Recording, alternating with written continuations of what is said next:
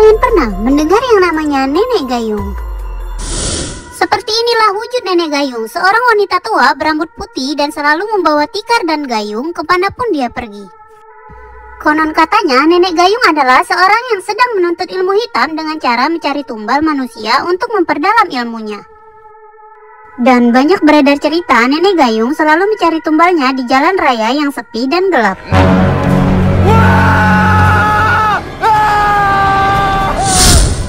Mengelabui tumbalnya, nenek gayung berpura-pura sedang tersesat di jalan kemudian meminta antar pulang kepada calon tumbalnya itu. Nah, bagi siapapun yang sudah pernah berbicara dengan nenek gayung, katanya orang itu akan segera menemui ajalnya. Karena beberapa hari kemudian nenek gayung akan datang untuk memandikannya, dan setelah itu orang itu akan meninggal dunia.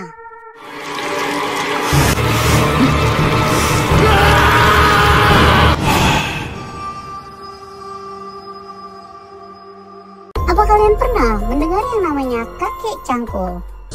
Beginilah perwujudan asli dari kakek cangkul. Beliau adalah seorang hantu kakek-kakek yang sudah sangat tua dan sering membawa cangkul berkarat kemanapun dia pergi.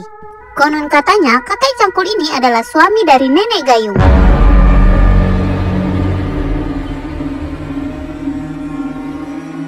Semasa hidupnya kakek cangkul dikenal sebagai penggali kubur. Tapi malangnya nasib kakek cangkul, ketika beliau meninggal dunia, beliau tidak mendapatkan pemakaman yang layak untuk jasadnya. Bahkan banyak yang menyebutkan jasad beliau dibuang ke sungai dari para penduduk. Oleh karena itu, arwah kakek cangkul mendatangi para warga untuk mendapatkan pemakaman yang layak. Dan apabila warga tidak bersedia memberikan pemakaman yang layak, maka batang leher orang itu akan ditebas menggunakan cangkul yang dia bawa.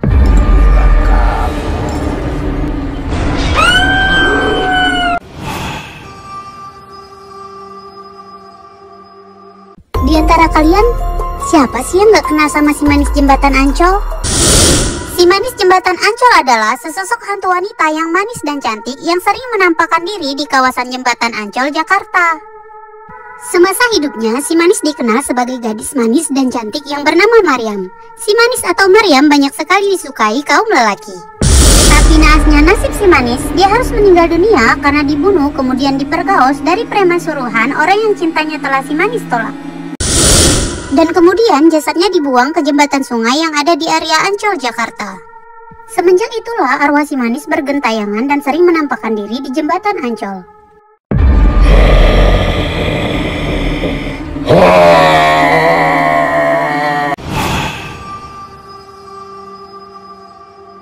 Apa kalian pernah mendengar yang namanya leak Bali? Ini dia penjelasannya. Beginilah bentuk dari leak Bali yang sebenarnya, guys. Dia adalah kepala dengan organ-organ tubuh yang menempel pada kepalanya. Leak Bali ini wujudnya hampir serupa dengan kuyang dan palasik. Mereka sama-sama bisa melepaskan kepala dari tubuhnya. Hanya saja yang membedakannya adalah wajahnya. Karena leak Bali memiliki muka yang khas, misalnya seperti mata yang melotot keluar, gigi taring, dan lidah yang panjang.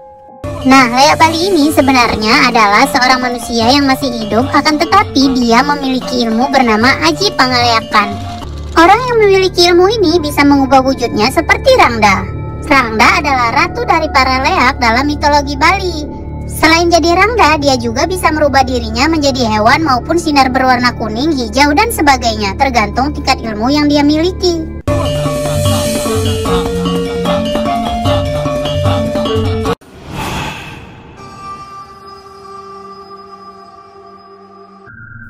Hei kau, siapa kau ini? Apa yang kau lakukan di tempat ini? Aku bukan siapa-siapa, tapi aku sedang mencari makamku. Mengapa kepalamu terpisah dari badanmu? Keadaanku menjadi seperti ini karena pada penjajahan Belanda, aku dikira orang-orang Indonesia adalah Belanda yang sedang menjajah. Sehingga mereka salah menebas leherku, padahal aku sendiri warga negara Indonesia. Kalau kau tidak menemukan makammu di pemakaman Jeruk Purut ini, mungkin makammu ada di pemakaman Tanah Kusir. Bagaimana aku mau ke sana sedangkan aku sudah terlanjur betah di pemakaman Jeruk Purut ini? Kalau begitu kau pantas diberi gelar hantu Jeruk Purut. Emang banyak yang memanggilku dengan nama itu. Tapi hati-hati, karena sudah banyak manusia yang sudah melihatmu. Tapi memang terkadang aku sengaja menampakkan diriku, karena manusia-manusia itu sudah melakukan ritual khusus agar dapat melihatku. Maka aku pun juga akan menampakkan diri kepada mereka. Apa kalian pernah mendengar yang namanya Begu Ganjang? Inilah sosok Begu Ganjang yang sebenarnya. Dia memiliki badan yang sangat tinggi, setinggi pohon-pohon besar dan berwarna hitam. Begu Ganjang ini termasuk makhluk yang tak kasat mata. Dan Begu Ganjang ini adalah makhluk yang sangat populer sekali di Sumatera Utara, khususnya pada suku Batak. Pada zaman dahulu, orang-orang di suku Batak ini sering memanggil roh Begu Ganjang ini untuk melindungi perkebunan mereka dari para pencuri. Akan tetapi, pada zaman sekarang, orang-orang Sarakan mengadakan ritual memanggil Begu Ganjang untuk melakukan hal-hal yang tidak baik. Maka dari itu, Begu Ganjang sekarang sering dikatakan sebagai ilmu hitam. Mereka sering menggunakan Begu Ganjang ini untuk pesugihan agar kaya raya, dan terkadang menggunakannya untuk melukai orang lain, bahkan korbannya bisa sampai terluka parah dan meninggoy dunia. Nah, Begu Ganjang juga sering tinggal di pucuk-pucuk pohon yang besar dan tinggi. Kalian pernah nggak sih mendengar yang namanya hantu makmum? Beginilah sosok dari hantu makmum. Dia adalah sesosok hantu yang selalu menggunakan mukena seperti orang yang mau melakukan ibadah sholat. Sebut saja namanya Mira. Semasa hidupnya dia dikenal sebagai santriwati di salah satu pesantren. Akan tetapi pada saat itu dia belum bisa melaksanakan sholat sendirian. Oleh karena itu dia selalu melakukan sholat berjamaah bersama dengan teman-temannya. Tapi malangnya nasib si Mira, dia harus meninggal di dalam kamarnya sendiri karena percikan api yang dinyalakan oleh sahabatnya. Karena pada saat itu asrama yang sedang dia diami mati lampu. Akibat kejadian itulah arwah Mira menjadi gentayangan karena untuk menuntut balas. Dia juga sering menjadi makmum teman-temannya pada saat temannya sholat malam, dan karena itulah dia dijuluki sebagai hantu makmum.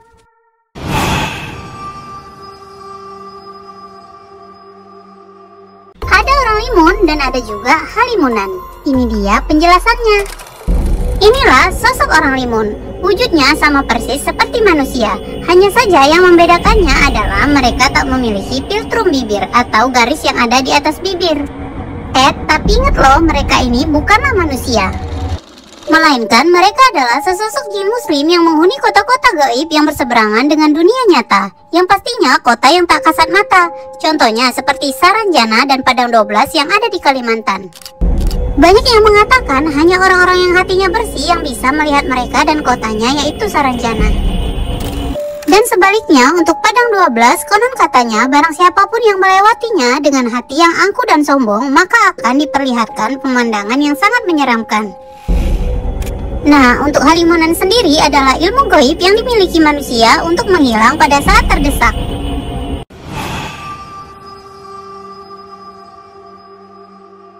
Apa kalian pernah mendengar yang namanya hantu suster ngesot? Seperti inilah perwujudan dari hantu suster ngesot. Hantu ini adalah seorang hantu wanita yang menggunakan pakaian suster dan tidak bisa berjalan kaki. Dia berjalan mengesot seperti yang ada di gambar ini. Dan semasa hidupnya ia dikenal sebagai seorang suster yang bekerja di sebuah rumah sakit. Tapi malangnya nasib suster ini karena pada suatu malam saat dia sedang bertugas, dia diperkaos oleh seorang dokter jaga dan kemudian dilenyapkan hingga meninggoy dunia dengan keadaan kakinya pun dihancurkan oleh dokter itu. Kemudian jasad suster ini dimakamkan di dalam laboratorium rumah sakit dan pada akhirnya arwah suster ini menjadi gentayangan. Ada beberapa orang yang telah melihat arwah suster ini di salah satu rumah sakit dan suster ini pun dijuluki sebagai hantu suster ngesot.